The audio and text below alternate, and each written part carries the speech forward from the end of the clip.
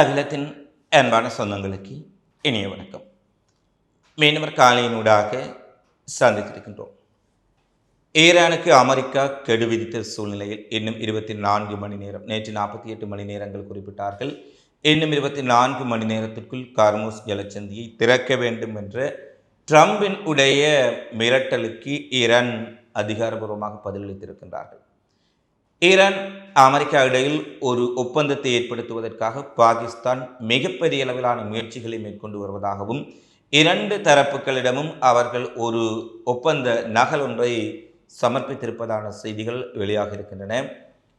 துபாயில் அமெரிக்க இராணுவத்தினர் ஒன்று கூடி ஈரானுக்கு எதிரான சதி திட்டங்களை மேற்கொண்டிருந்த சூழ்நிலையில் அந்த இரகசிய தளத்தை துல்லியமாக பாலிஸ்டிக் ஏவுகணைகள் ட்ரோன்கள் மூலம் ஈரான் தாக்கியதில் மிகப்பெரிய பேரழிவு ஏற்பட்டிருப்பதான செய்திகளை IRGC வெளியிட்டிருக்கின்றார்கள். இந்நிலையில் பிராந்தியத்தில் நடைபெற்ற மிக முக்கியமான பிந்திய சம்பவங்களை இந்த காணொலியில் பார்க்கலாம்.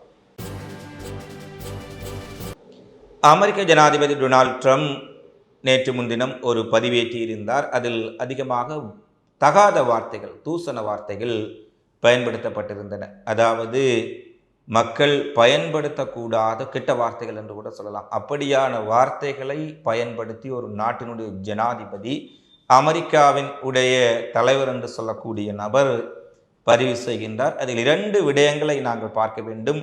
ஒரு விடயம், அவர் தகாத வார்த்தைகளை பயன்படுத்தி இருப்பதொன்று.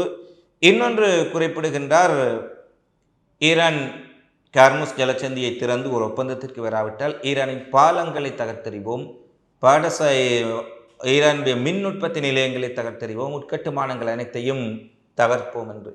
ஒரு நாட்டினுடைய ஜனாதிபதி இன்னொரு நாட்டினுடைய மக்கள் பயன்படுத்தக்கூடிய மின்சார நிலையங்களையும் மின் உற்பத்தி மையங்களையும் மக்கள் பயன்படுத்தக்கூடிய போக்குவரத்து பாலங்களையும் தகர்ப்பேன் என்று கூறுகின்றார்.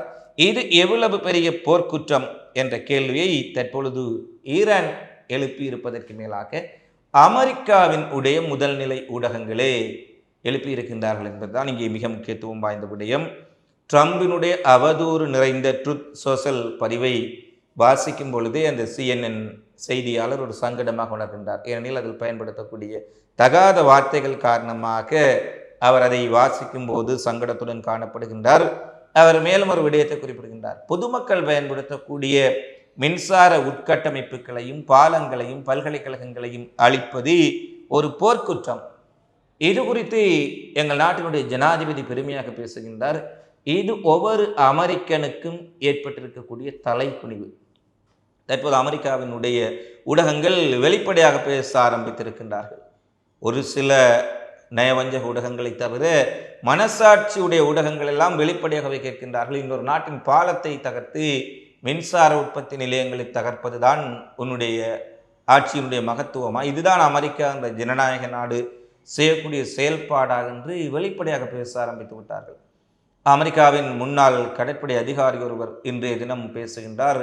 ட்ரம்பினுடைய செயற்பாடுகள் காரணமாக எங்கள் குழந்தைகள் எங்களை ஒரு குற்றவாளிகள் போல பார்க்கின்றார்கள்.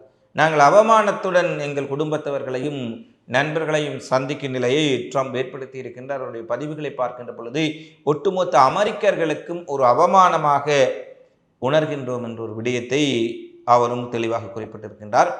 இந்த நிலையில் ஈரானின் உடைய வெளியுறவுத்துறை அமைச்சகம் ட்ரம்பினுடைய இந்த மிரட்டல், உருட்டல், விரட்டல் எல்லாவற்றையும் அதிகாரபூர்வமாக நிராகரித்திருப்பதுடன் அமெரிக்காவின் எந்த ஒரு தாக்குதலுக்கும் ஈரான் அதே பாணியில் பதிலடி கொடுக்கும். இஸ்ரேல் மட்டுமல்ல, அமெரிக்க தளங்களை யாரெல்லாம் தங்களுடைய மண்ணில் வைத்திருக்க அனுமதித்தார்களோ, ஏனெனில் வேறு இடங்களில் தளங்களை வைத்திருப்பதால் தான் அந்த தளங்களில் இருந்து இலகுவாக எங்களை தாக்குகின்றாய், யாரெல்லாம் அமெரிக்காவுக்கு இராணுவ முகாம் அமைப்பதற்கு இடம் கொடுத்தாரோ அத்தனை நாடுகளின் உட்கட்டுமானங்களையும் சுக்குநூறாக்கி சாம்பலாக மாற்றி விடுவோம் என்று ஈரான் ஒரு மிக கடுமையான எச்சரிக்கையை விடுத்திருக்கின்றார்கள். அமெரிக்காவுக்கு இடம் கொடுத்தவனெல்லாம் நடுங்கி போயிருக்கின்றார்கள் அரபுலக நாடுகள். அதேபோல் இஸ்ரேல் மீதான தாக்குதலையும் ஈரான் மிகப்பெரிய அளவில் தீவிரப்படுத்தி இருக்கின்றார்கள்.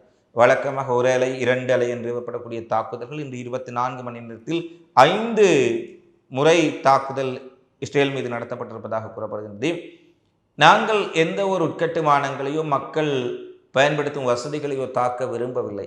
ஆனால் எதிரி அது போன்ற ஆயுதத்தை கையில் எடுப்பானாக இருந்தால் நிச்சயமாக நாங்களும் அதே பாணியில் பதிலடி கொடுப்போம். ஒட்டுமொத்த அமெரிக்க நட்பு நாடுகளும் தீயிட்டு கொளுத்தப்படும் என்றொரு தகவலை வெளியுறவு அமைச்சர் சீர்திருத்த இஸ்மாயில் பகாரி அவர்கள் தெளிவுபடுத்தி இருக்கின்றார்.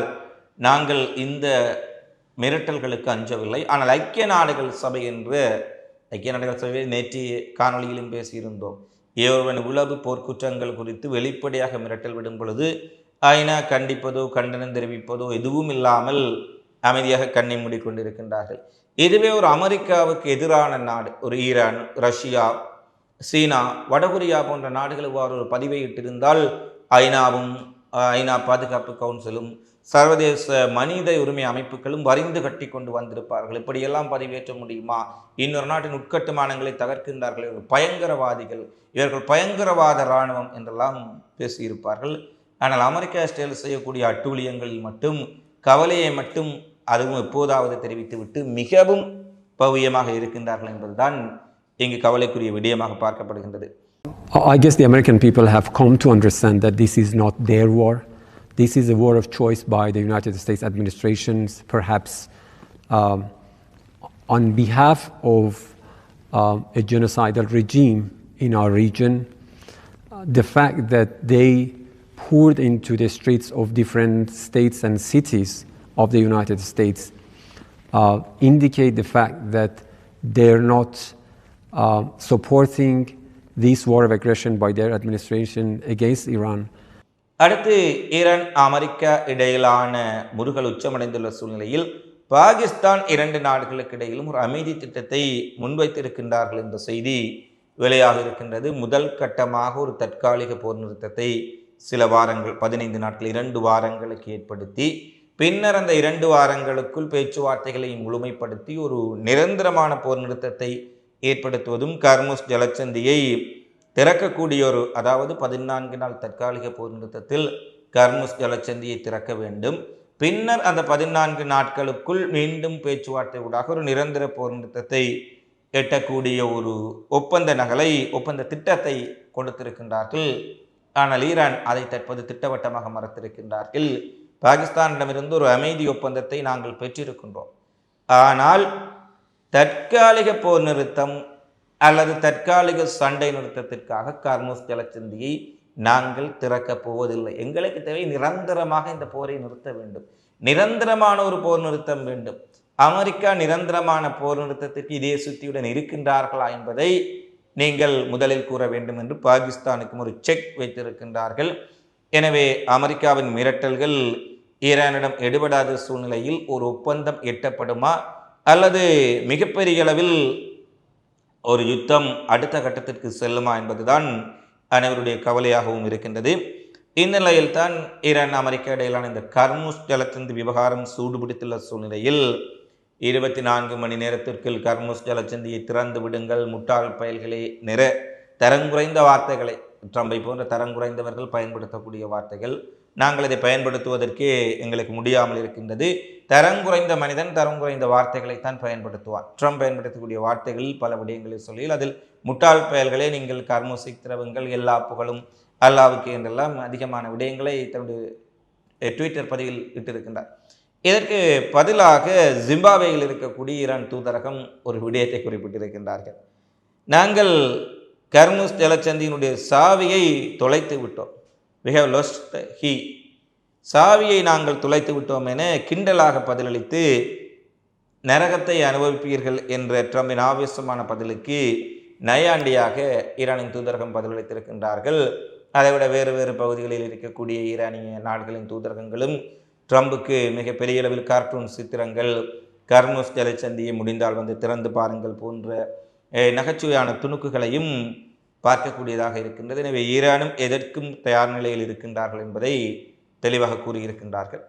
அடுத்து இன்றைய நாளில் இஸ்ரேலினுடைய கைஃபா, டெல் அவீவ் நகரங்களில் மிக கடுமையான தாக்குதலை IRGC நடத்தி இருக்கின்றார்கள். இதற்குரிய 19 பகுதிகளில் நேரடியான தாக்குதல்கள் பதிவாகி இருப்பதாக தற்போது செய்திகள் வந்திருக்கின்றது.